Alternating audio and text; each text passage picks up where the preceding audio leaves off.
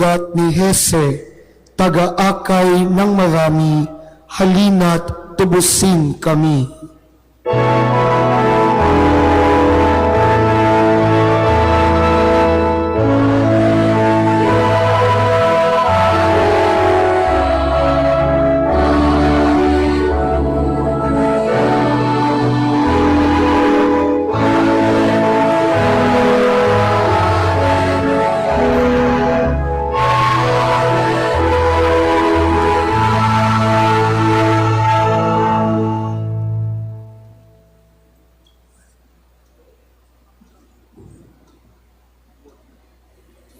Sumainyo ang Panginoon. At sumaiyo rin. Ang mabuting balita ng Panginoon ayon kay San Lucas. Papuri sa iyo, Panginoon.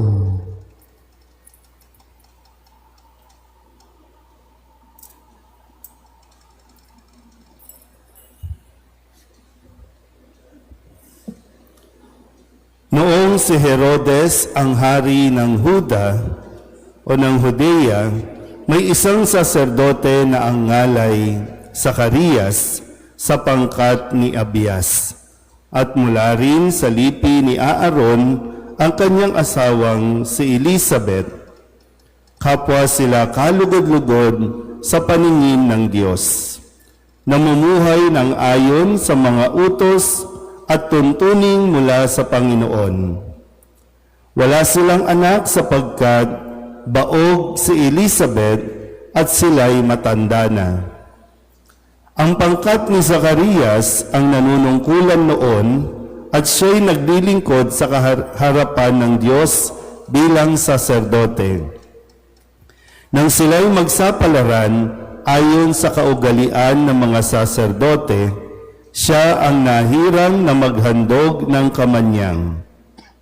Kaya't pumasok siya sa templo ng Panginoon sa oras ng pagsusunog ng kamanyang, samantalang nagkakatipon sa labas ang mga tao at nananalangin. Walang ano-ano'y napakita sa kanya ang isang anghel ng Panginoon, nakatayo sa gawing kanan ng dambanang sunugan ng kamanyang. Nagulat si Zacarias at sinidlan ng matinding takot nang makita ang anghel. Ngunit sinabi nito sa kanya, "Huwag kang matakot, Zacarias. Dininig ng Diyos ang panalangin mo.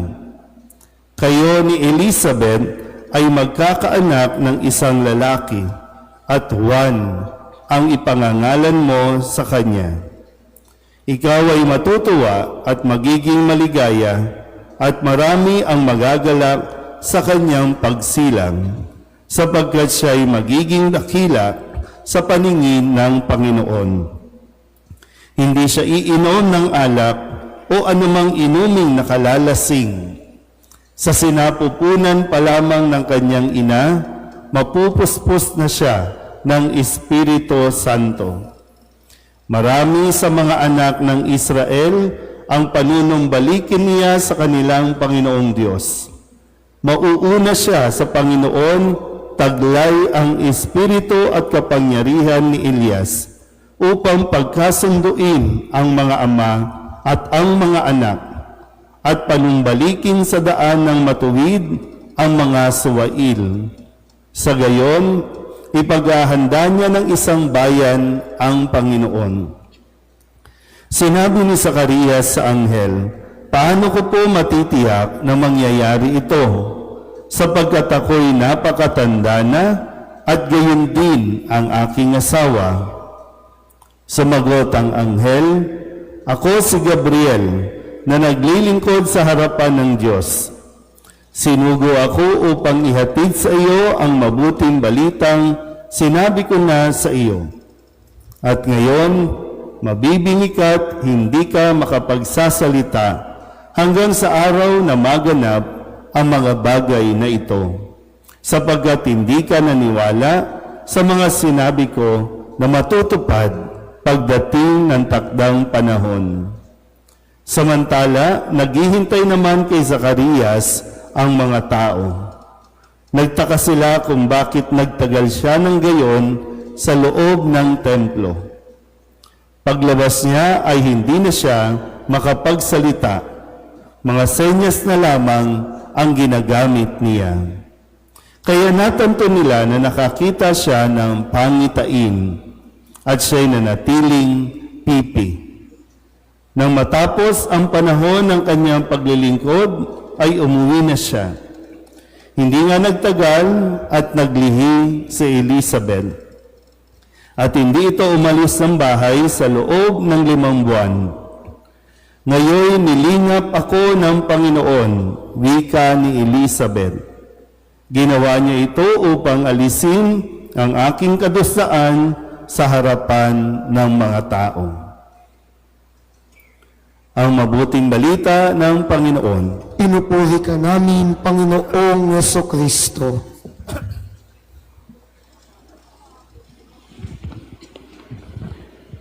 Isang magandang umaga po sa inyong lahat. Palapakan natin ang Panginoon. So tayo po ay nasa ika-4 na araw na ng ating pong pagsisimbang gabi o Misa Aguinaldo, Misa de Gallo. Ika-4 na araw ng ating paglalakbay sa ating pong pagsama kay Maria at San Jose hanggang makarating tayo doon sa Belen kung saan isisilang ang ating Panginoon. Handa na ba? Handa na? Mukhang handa kayo kaya bukas na ako magtatanong, no? Ito, handa kayo di ba? So, i-review lang natin ulit. Recap tayo ng konti, no? Unang araw, ipinahayag si San Juan na siyang binabanggit ngayon, no? Si San Juan na nagpahayag ng katotohanan yung tungkol kay Kristo. Ikalawang araw, pinag-usapan natin ang lahing pinagmulan ni Kristo. Ikatlong araw, narinig natin ang pinagdaanan ni San Jose bago pa siya tuluyang, kumbaga, nakapag-isip o bago niya tuluyang hiwalayan si Maria dahil nga sa nangyari na nabuntis na si Maria nang hindi pa sila nagsasama. At doon, sinabi ng anghel ng Panginoon kung ano ang nangyari, kung kaya't pagkagising ni San Jose, sinunod niya ang bilin ng Panginoon. Sabihin niyo nga sa katabi ninyo, gumising ka na.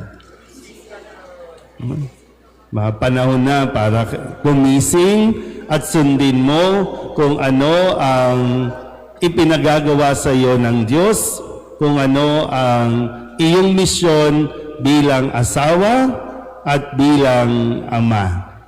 Okay? Sabihin niyo nga ulit sa katabi niyo, gising na. Ika-4 na araw, talagang babagsak na yan. Pag ganyan na yan, no? Okay, so ngayon ay narinig natin ang paglilihi kay San Juan Bautista o Juan Bautista. Paglilihi at ang kanyang mga magulang, si Zacarias at si Elizabeth.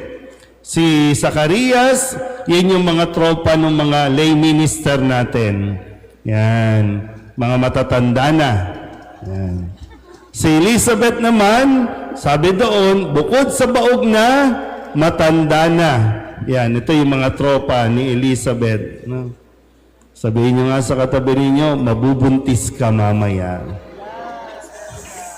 Yan, natin na lang, di ba? Kasi sa unang pagbasa, yung paglilihi kay Samson, di ba? Yung asawa ni Manoah, na baog din, hindi sila magkaanak. Pero nang lumitaw yung anghel at sinabing, dininig na ng Diyos ang inyong panalangin. Ganun din yung sinabi kay Zacarias. Sinabi din na huwag kang matakot at ibinalita na dininig na ng Diyos ang inyong panalangin. Sa loob ng mahabang panahon ng kanilang pagdarasal, halos suminto na nga si Zacarias at Elizabeth kasi matanda na, para bang sa kanilang katandaan, imposible na sila ay magkaanak pa. Para bang tinanggap na nila na hindi sila magkakaanak. Pero ngayon, narinig natin ang pagpapahayag na dininig ng Diyos ang kanilang panalangin. Isang bagay na matututunan natin, walang panalangin ang hindi nakakarating sa Diyos. Handaan po natin yan, ha?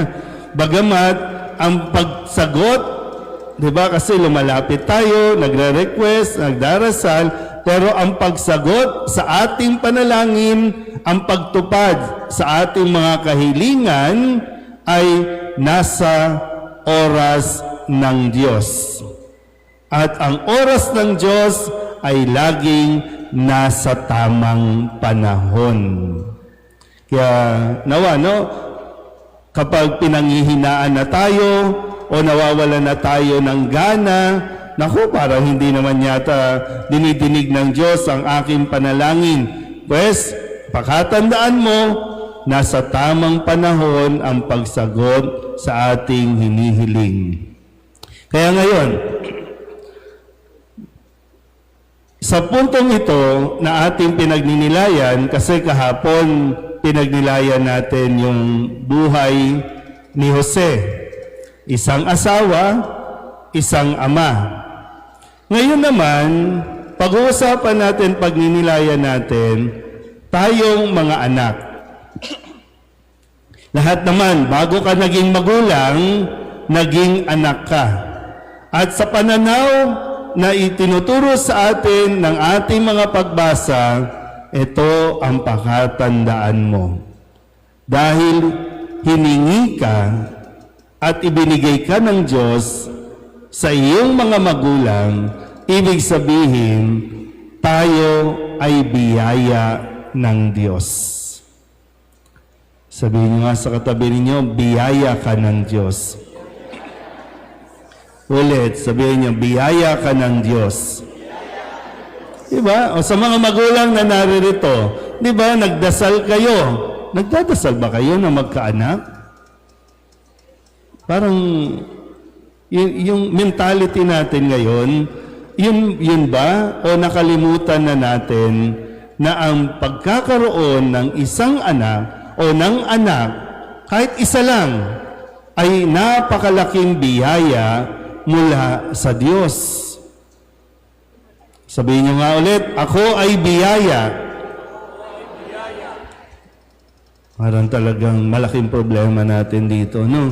Sa panahon ngayon na para bang, bakit hindi na natin nararamdaman o hindi natin naiisip na may biyaya ang Diyos sa araw-araw sa buhay natin kung titingnan mo lang, sa pagkagising mo pa lang, makikita mo ang iyong mga anak at masasabi mo dapat, salamat sa biyaya ng Diyos. Ayan, nasa harap mo. Kaya lang, ang kadalasan natin iniisip o nasa isip na ang biyaya ay pera. Ang biyaya ay bahay at lupa. Ang biyaya ay nakakapag-abroad ka. Ang biyaya ay kotse o kung anumang mga material na bagay. Iyan mismo, ikaw mismo, tayo mismo ay biyaya ng Diyos. Kaya nga, nung panahong iyon, sa mga narinig natin pagbasa, hiyang-hiya yung asawa ni Manoah, hiyang-hiya si Elizabeth, kasi hindi sila nagkakaanak, hindi sila nagbubuntis. Para bang malaking kahihiyan sa babae na hindi siya magbuntis, hindi siya magkaanak, dahil ang iniisip ng marami, kapag ang isang babae hindi magkaanak, pinaparusahan niya ng Diyos. Siguro may kasalanan yan, kaya hindi siya biniyayaan ng Diyos. Kaya noon, maraming anak, di ba, kung maalala niyo yung mga pangalan, di ba, no? Maraming anak, ibig sabihin, marami kang biyaya. Talagang no, hindi kayo kumbinsido na, Pero, di ba, kasi pinagninilayan natin, saan ba nanggagaling ang kalungkutan natin? Bakit magpapasko na katulad ng mga nakalipas sa Pasko, imbis na maging masaya, nagiging malungkot? Na dapat, di ba, yung source of joy mo, ang iyong mga biyayang natanggap, yung anak mo. Kaya lang ngayon, para bang sa tuwing tinitingnan mo, lalo pa ngayon, magpapasko na, naku, Ano na naman ito? Kailangan na naman ito ng damit. Kailangan na naman ito ng laruan. Kailangan na naman ng pera. Kailangan na naman ng pagkain. Kaya pag titingnan mo ang iyong anak, pag uuwi ka, imbis na masaya ka, wala, stress ka na. Na para bang ang naipaparamdam natin sa inyong mga anak, ito ang mga problema ko, imbis na ito ang mga biyaya ko. Kaya, di ba, kung ano yung naipapasok natin sa kaisipan ng mga bata habang sila'y lumalaki, o kaya kung ano ang ipinaparamdam mo sa mga bata habang sila'y lumalaki, ganun tuloy sila nagiging. Kung ipinaramdam mo na ang batang yan, ang iyong anak ay problema sa iyo, ibinigay ng Diyos para maging problema, kaya yung mga kabataan ngayon, problematic.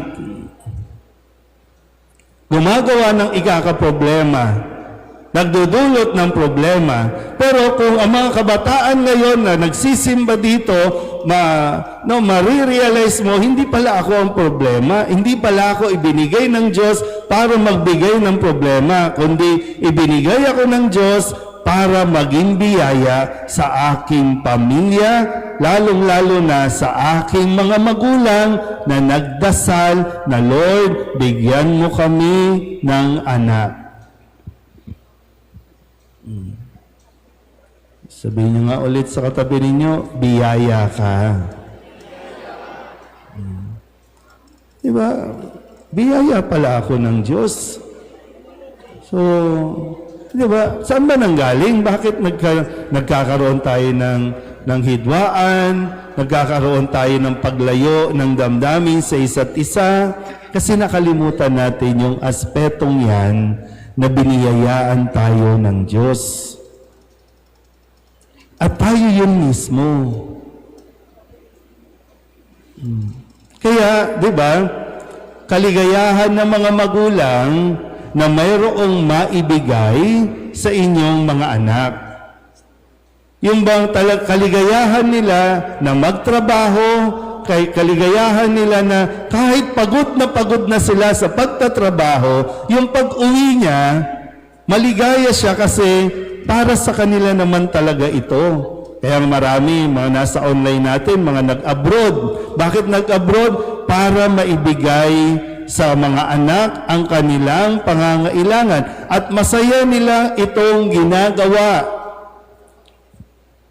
Kaya kung sakali lang, na mas madalas kang nalulungkot sa tuwing magtatrabaho ka o napapagod ka, isipin mo ulit, bumalik ka ulit doon sa unang bahagi ng iyong buhay na malaman mo na ikaw ay biniyayaan ng anak.